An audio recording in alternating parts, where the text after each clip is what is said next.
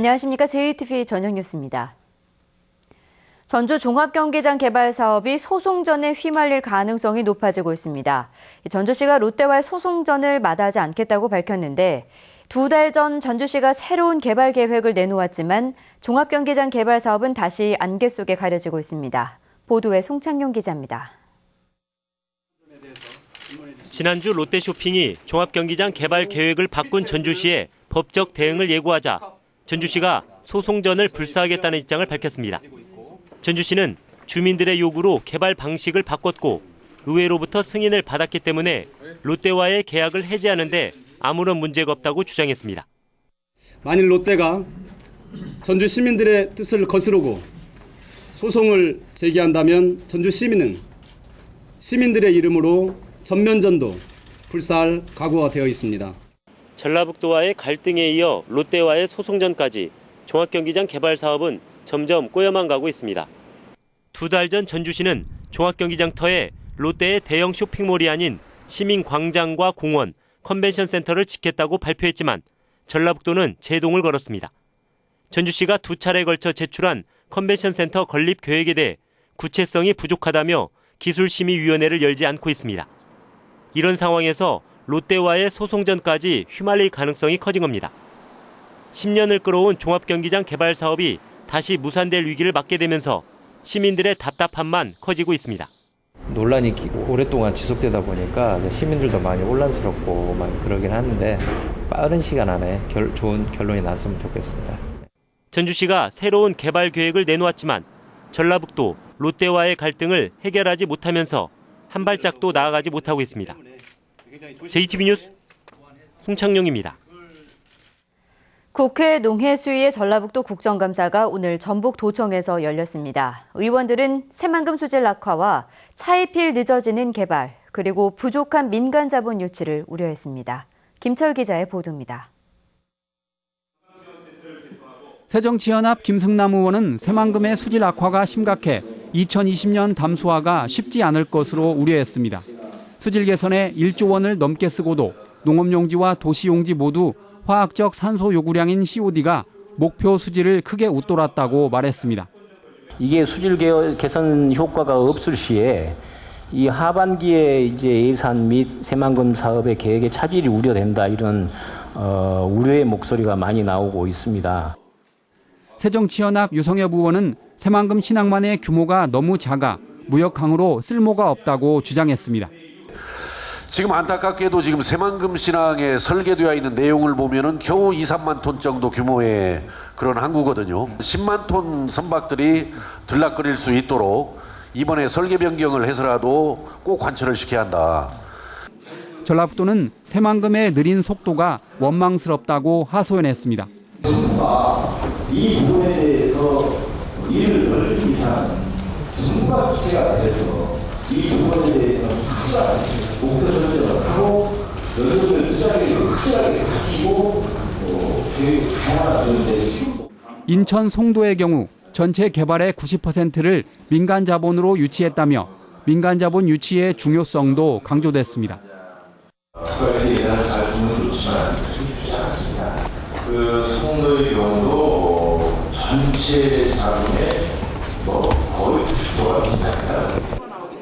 전라북도는 농해수위 국정감사장 앞에 전북 우수 농산물을 배치해 의원들의 눈길을 끌었습니다.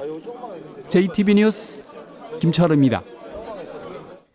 국회의원 선거구 획정위가 내년 총선의 지역구 수를 244석에서 249석 가운데 하나로 결정하기로 해 전북은 최대 2석이 축소될 우려가 커졌습니다.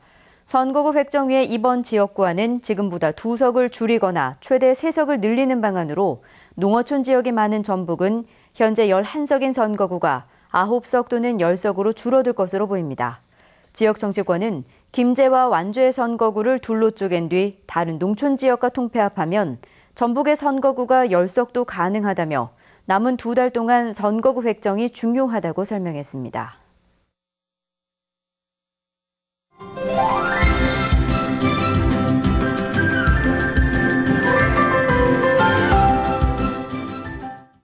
오늘은 8번째를 맞는 치매 극복의 날입니다. 노인 10명 가운데 1명은 치매 환자로 분류되고 있는데요. 치매 환자가 될 가능성이 높은 경도 인지장애 환자가 크게 늘고 있습니다. 건강한 생활 김진형 기자입니다. 엄마와 치매를 앓고 있는 딸의 아름다운 사랑 이야기를 담고 있는 연극입니다. 평범한 가정은 딸이 치매에 걸리면서 풍파를 겪게 됩니다. 이모가 좋아하는 거 있잖아.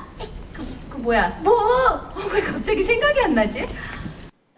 국민건강보험공단이 조사한 결과 동일 연령대에 비해 기억력이 떨어지는 상태를 말하는 경도 인지장애 환자가 지난 4년 사이 4.3배나 늘어난 것으로 나타났습니다. 65세 이상에서 정상인의 1~2%가 치매 환자가 되는 반면 경도 인지장애 환자는 10에서 15%가 치매로 이어집니다. 금방 한 것도 잊어먹는다는 얘기죠. 그리고 자기가 한 이야기도 잊어먹고. 경도 인지 장애를 치료하기 위해선 적극적인 두뇌 활동과 사회 활동을 통한 인지 훈련과 재활이 필요합니다.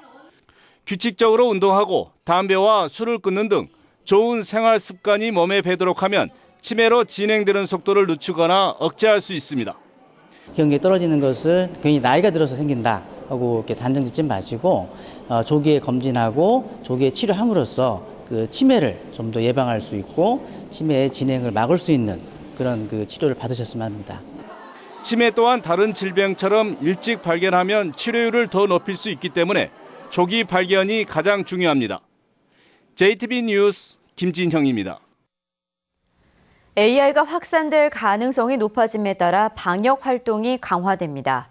농림축산식품부는 전남 나주와 강진에서 고병원성 AI가 발병한 데 이어 전남 담양과 광주 북구의 전통시장에서 AI 항원이 검출됐다며 오는 23일과 31일 일제 소독의 날로 정해 집중 소독을 하기로 했다고 밝혔습니다.